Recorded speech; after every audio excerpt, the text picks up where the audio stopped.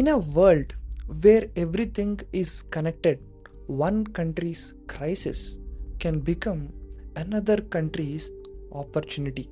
Right now, the United States and China are locked in a trade war. But this isn't about war of guns and bombs. It is war of tariffs, extra taxes on imports.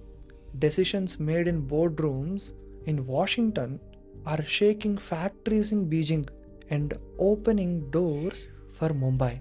As this old supply chain break, new ones are being built in India, and India is starting to rise. But is this just a good luck or a once in a generation chance? Today, in the 22nd episode of The Bigger Picture, we break it all down. Why this trade war started, how India is gaining, and what we must fix to truly lead in the upcoming decades.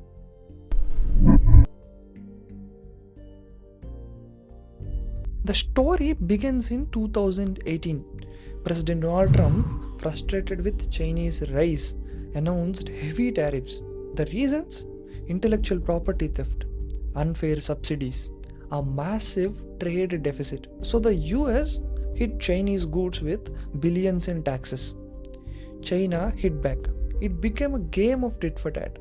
An economic standoff. Talk started, failed, restarted, failed again. By 2020, the world economy had slowed. Then came the pandemic. Now in 2025, Trump is back to rule, and the tariffs even higher, 145% on some Chinese goods, especially green technology, electronics, heavy machinery. China responded on US farm goods and factory parts. And suddenly, global trade is full of uncertainty. Companies are scared.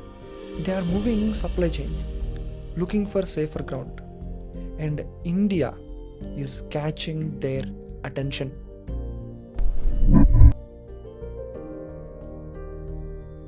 Multinational firms can't afford to depend on China alone. They need a plan B. A country with scale, with stability, with growth. India ticks all these three. Apple has expanded iPhone production here. Now 7% of global supply is made in India. The number is rising. Samsung, Cisco, HP, all scaling up. India's government has played it smart. Make in India gave the signal. The production linked incentive, or we said PLI, gave the money. Companies are motivated and rewarded based on how much they produce and export. And it's working. In just 9 months, FDI in manufacturing rose by 25%. Not just in tech, even in toys, chemicals, auto parts, and textiles are seeing a boom. India's workforce is young. Our cities are building fast. Our policies are improving. The world is watching at India.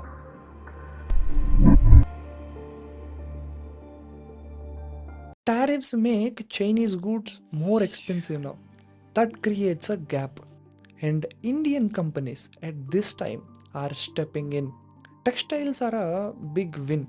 Indian exports to the US jumped 20% in 2024 alone. Garments, bed linens, curtains, Indian hands filling the American shelves now. In pharma, it's even bigger. India has long been the world's pharmacy. Now, as China loses trust, India gains ground. For example, Sun Pharma, Lupin, Dr. Reddy's, all reporting major jumps. In electronics too, India exported over $10 billion worth of smartphones and IT hardware in 2024-25. That's a record and a signal. We may not match China yet, but the momentum is undeniable here.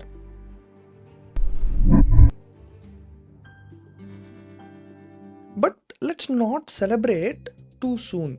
India still depends heavily on China. Nearly 70% of parts used in electronics still come from China. If you consider pharma, over 60% of raw materials also Chinese. We are building factories, but our roads are still slow, ports congested, power unstable in some areas, land acquisition still a legal maze.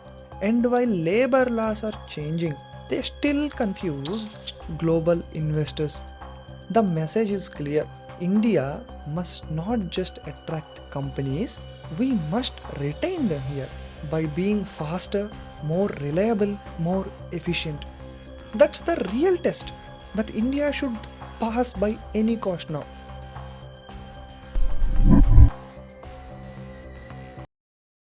India isn't sitting still.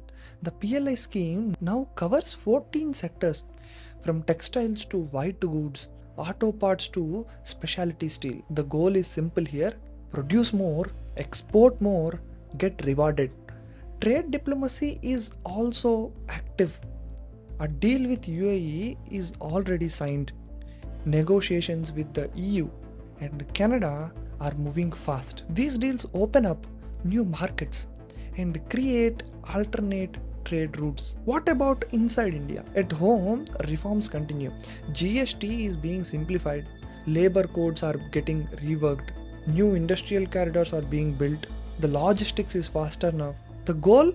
Make India not just an option but the first choice to the globe.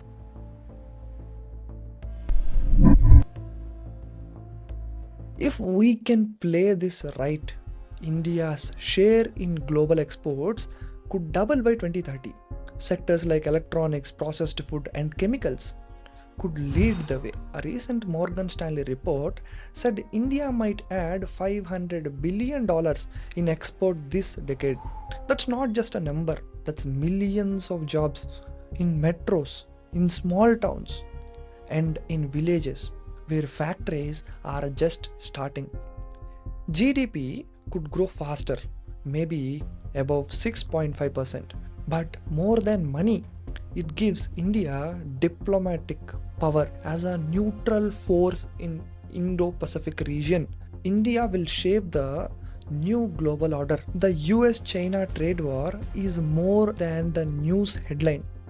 It is a global shift, a breaking of old habits, a chance to build new ones. For India, it's a test of policy, of vision, of execution. We have the scale, we have the talent, we have the time. Now we must act and build something bigger. So when history looks back at this moment, it sees not just a tariff war, but India's quiet rise. If you're still watching this, definitely you are loving this episode.